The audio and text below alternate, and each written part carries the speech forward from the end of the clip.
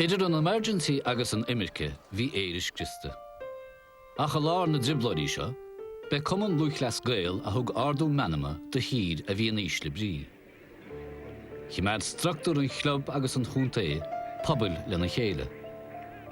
Ach fear bhí an imirce fós ag banú cantracha, bhí an tíd ag athrú go dramatúil. Bhí meon níos librálaí ag préomhú. Imithe os na dahadaí agus na caogadaí cimeadacha, bhí na háirithe seo mar scathán de réabhlóid eile a gcumann luachlas Gael. There is a need to think about the game, not in the way we have been thinking for the past 60 years, but in a way that is in keeping with the tenor of mid-20th century life. It is only by keeping the game up with the progress of social, educational and scientific reform that we can hope to make it acceptable to the age in which we live. I go leor bailí, bhí na sé cúntaithe ag feidhmiú i slí éagsúil an godeile den dír. Ach lach na náisiúnathe, cumann luachlas Gael chutha féin go fonabar mar chórtha ahantais. Tá defriocht mór sa dá eabrion cum luachlas Gael go gála a gampráid leis na chuige eile. Is dotha go bhfuil cum luachlas Gael go gála níos leithnaí ó thaobh an cultúirde agus níos deimhne ó thaobh an cultúirde. Is dotha go bhfuil níos mó daoine dírithe ar cum luachlas Gael amháin ó thaobh na sportste. Is dotha ó háas níos mó fan tú go bhfuil daoine beidir go bhfuil gnimríonn siad nó go mbeonn siad ag takeú roundsport agus tá just na cluiche gealathe ina mbun siúd. Ach a go gála is dotha go féad fear go bhfuil sé mar slíomhatha níos mó.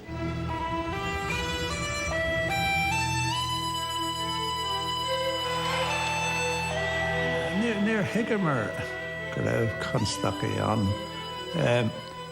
Catha a hiiscint, san tuaisceart bhí an dá héile an beagnach as parallel universe mar a dheirfá, agus an stáid agus na hendachtóirí ar thaobh amháin agus sinne na caitlicí náisiúntóirí ar an déobh eile agus gan mór an trácht.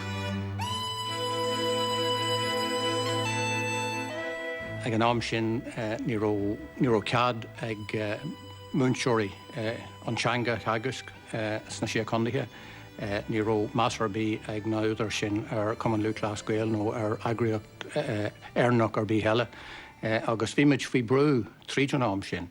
Ná bar brú beag, bar brú íseal a bhí an, ach ag an am céanna bhíimiid faoi brú i gcónaí agus ní cuireann le má mar bí nuair a bhí miseach fása níos nach ró brú an, ach ní ró aon gael agin leis na údaráis nó fiúán leis na políní nó a lehéiste sin ní ró gael ar bí agin le bhíimiid ag marachtáil ag an am sin I sort bobbal náisiúnach ach bobbal a bhí an ag an am sin.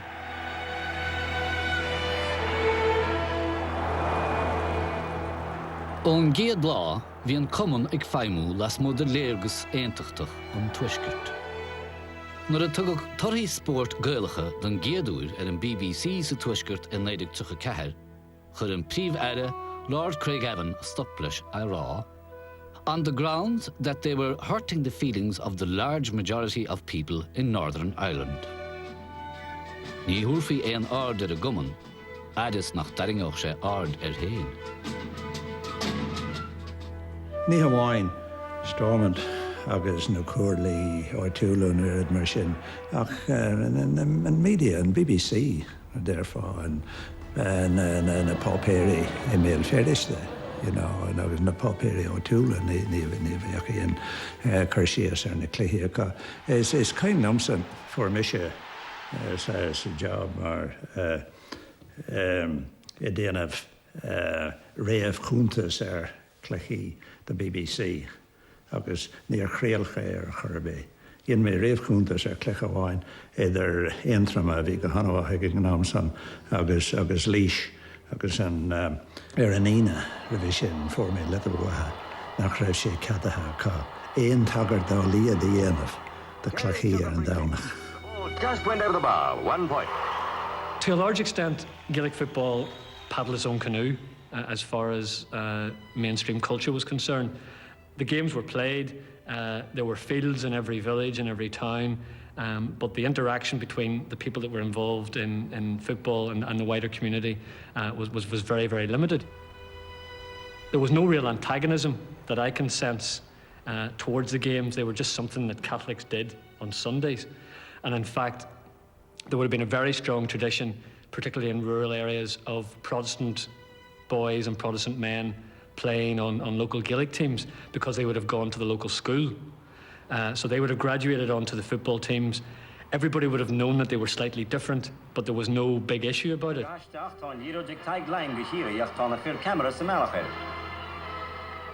Gaelic games was, I suppose, a focal point for the parish. And maybe in those days, I would find in my own parish in particular, it would have been confined to certain families who had been known as the footballing families, if you like. And it was very much about the sport in rural part of Ireland where I was brought up anyway.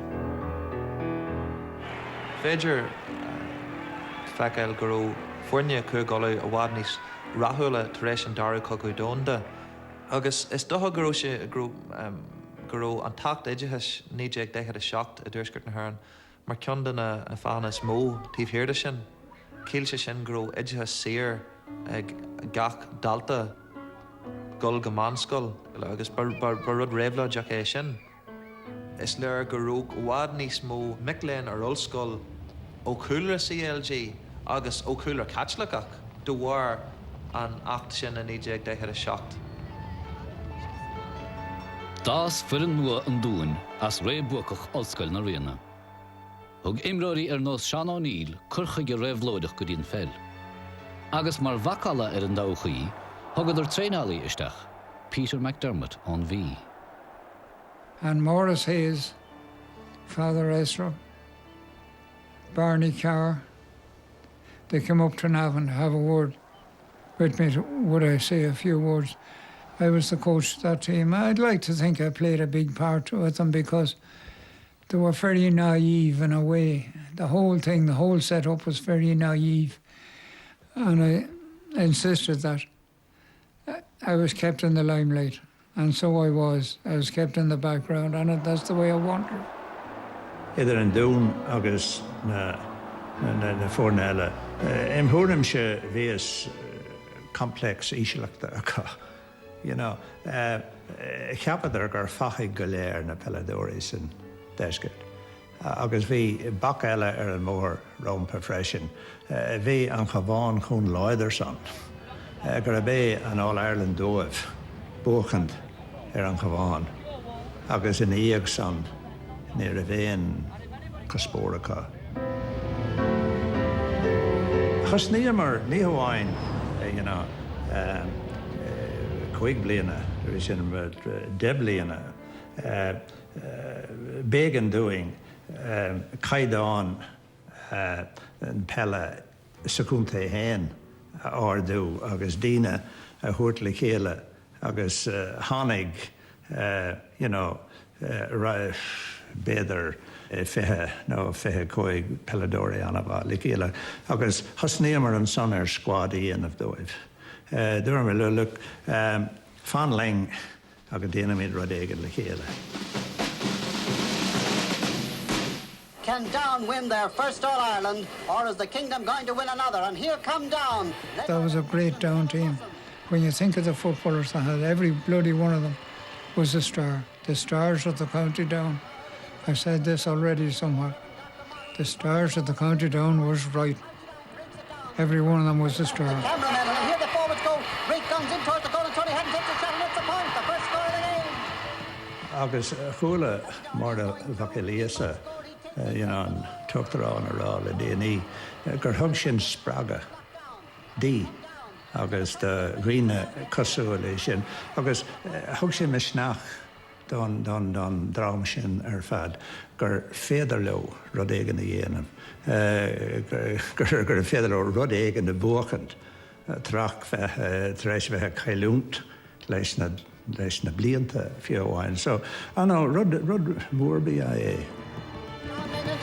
Is tócha go raibh sé ar an bháilte a bhaile a bear a chuirg riamh rivéin irin, le stad speisialta simbólach ar a dóra.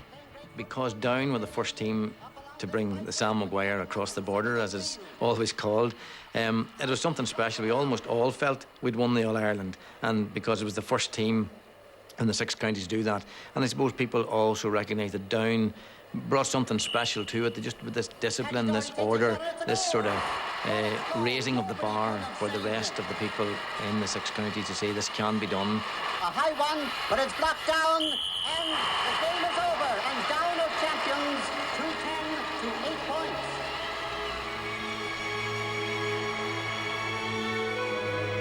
It is important too that the group should be sure of its identity as a group, and that there should be no subdivisions within it. Everybody, down to the boy who carries the jerseys, should be made to realise that he has a contribution to make, a contribution in its own way equal to that of any other member. Players and substitutes, trainers, coaches and administrative officials should all be on the same level.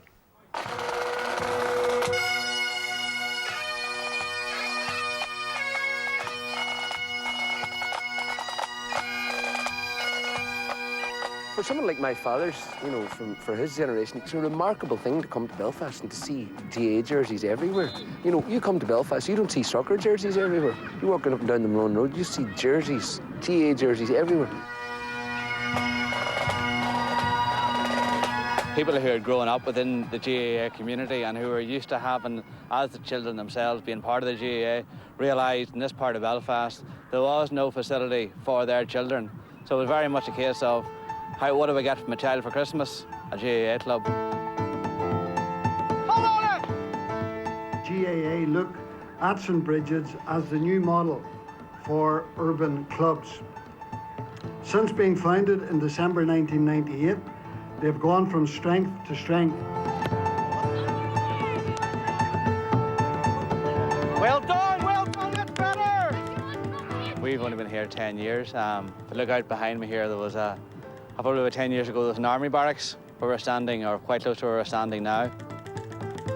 What has impressed me most is the leadership of the club, the people who are utterly determined to ensure that this club creates a very special name for itself in this community here.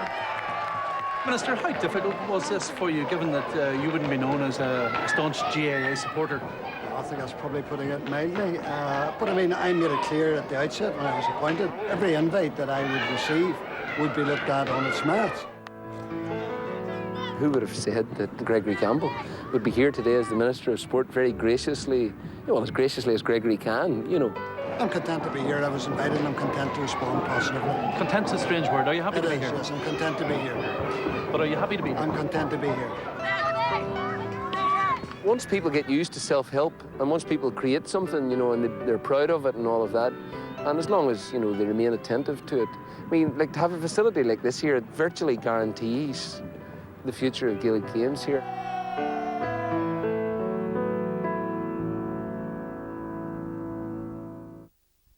Cégadi. Ach bhí meán umláin nua ar a brethas na seascadaí.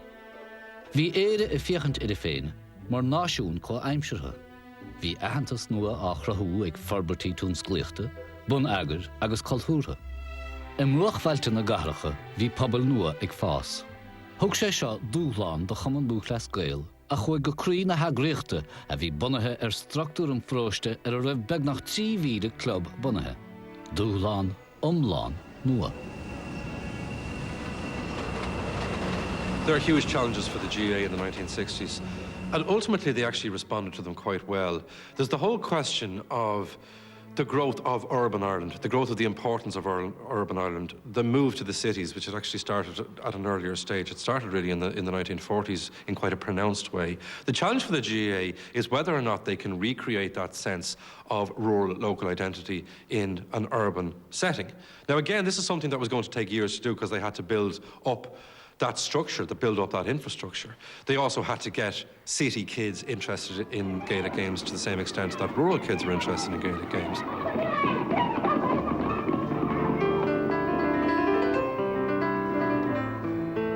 Bunaíoch an chéad canéal telefíse an 1962.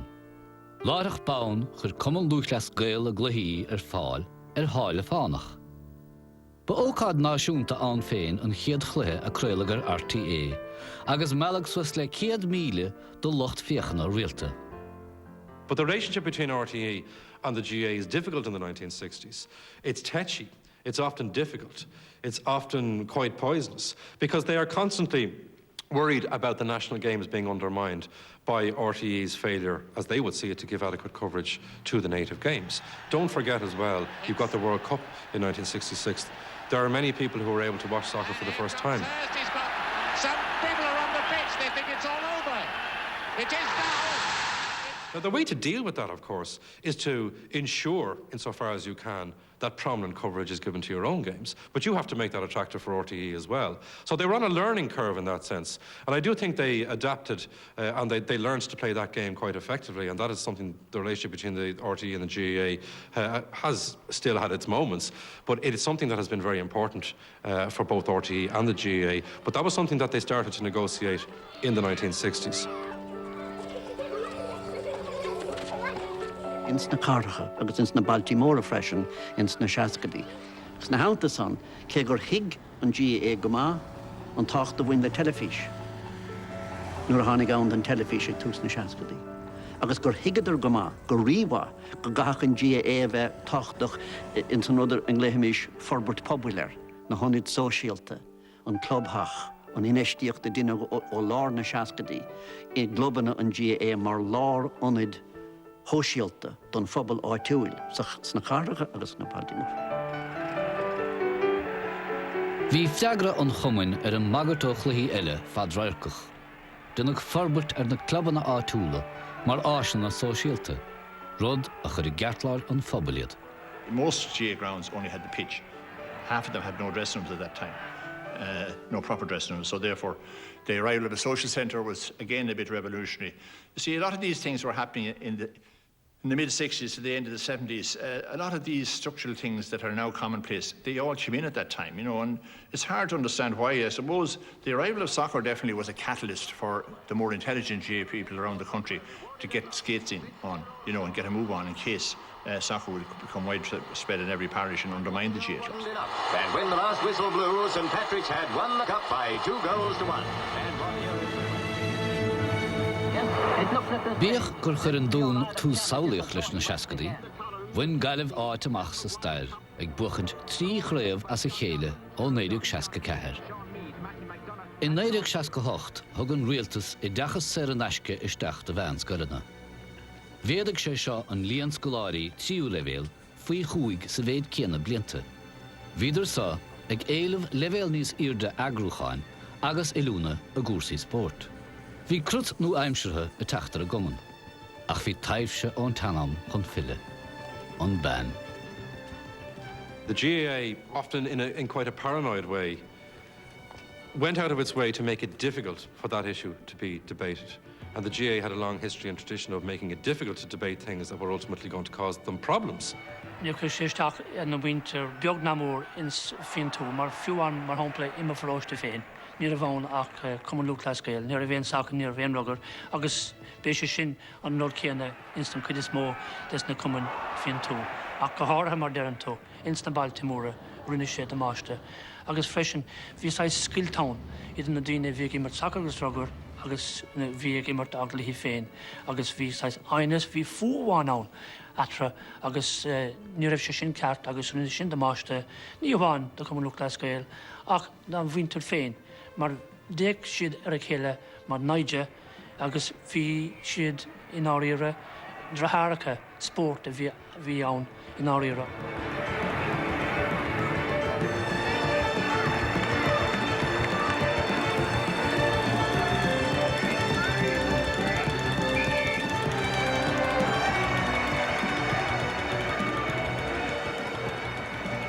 Mar a dúras sé nuisance nó níos mór na ar a deada. Agus bhí si chuún, you know, ceapas riamh go raibh na cluichí chun másan an ar gá says fáil a chur timpeall ortha. And around the goal mouth now, Johnny Cullity for Kerry, coming out with his... Ní tháinig mór an protestónnig nó mar an os na cluichí eile gimmert cluichí gaeilge. The referee has penalised the Kerry men and there is a free. You also had a situation, of course, which was quite farcical, in that you could now watch soccer on the television as a committed GAA man, but you couldn't actually go out and physically attend a soccer match. Tom Wolfe, vi gimmert agus mar hakta dem civil service dem stad her vis agus John O'Grady Hebredan. Eg gach ordesh de common Lucas Goel. De videre iri gugur fi derelition kung agentus sha. Agus gudiguk udrash common Lucas Goel. Gunerig shek kon tarfe don common agus den tier da good fi derelition gosk. I suppose I felt about as comfortable as a Muslim in Mecca, querying the preeminence of Muhammad and the Quran. Tom Wolfe from Kerryman, who lived all his life in Dublin, was a civil servant there. He was probably the main protagonist for doing away with the ban, and he got a lot of abuse for it. He paid a high price for it. It was generally accepted as an article of national faith, and to query it was regarded as anti-national. I grew up in Ireland where nationalism was big. You know, it was post-colonial nationalism. And it was only after, in the 20s, that the ban really hit. It wasn't fashionable to open your mountain